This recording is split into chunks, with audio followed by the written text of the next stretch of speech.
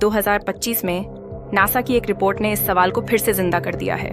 NASA ने हाल ही में मंगल की सतह से जो सैंपल लिए, उनमें कुछ ऐसे कंपाउंड मिले हैं जो जिंदगी के लिए जरूरी माने जाते हैं, जैसे कार्बन बेस्ड अणु और कुछ ऑर्गेनिक मॉलिक्यूल्स। अब सवाल ये उठता है, क्या सिर्फ ये मॉलिक्यूल्स मिलना ही प्रूव करता है कि मंगल पर कभी जिंदगी थी? नासा ने 2 वाइकिंग लैंडर मंगल पर भेजे थे। उनमें से एक एक्सपेरिमेंट था लेबल्ड रिलीज टेस्ट। इसमें मंगल की मिट्टी में कुछ पोषक तत्व डाले गए थे और मिट्टी ने ऐसा रिस्पॉन्ड किया जैसे किसी माइक्रोब ने उसे पचाया हो।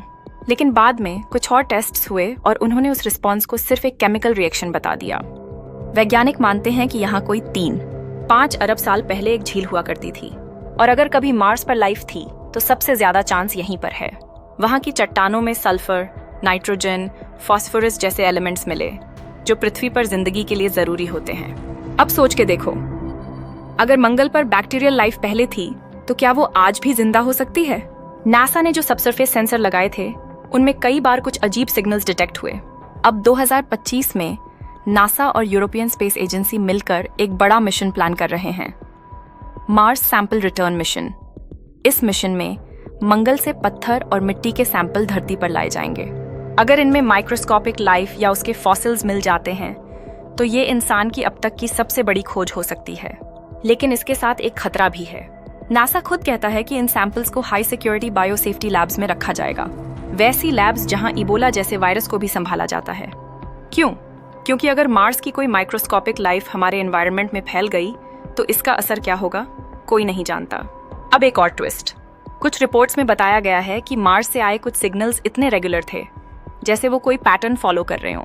कुछ लोगों ने तो ये तक कहा कि शायद ये सिग्नल्स किसी इंटेलिजेंट सोर्स से आए हैं, यानी कोई एडवांस्ड माइक्रोबियल या शायद एलियन लाइफ।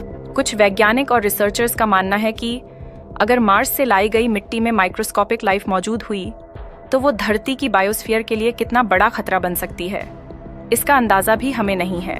नासा की खुद की रिपोर्ट में कहा गया है, इन सैंपल्स को किसी भी ह्यूमन या इकोसिस्टम के डायरेक्ट संपर्क में नहीं लाया जाएगा। पर सवाल उठता है, क्यों?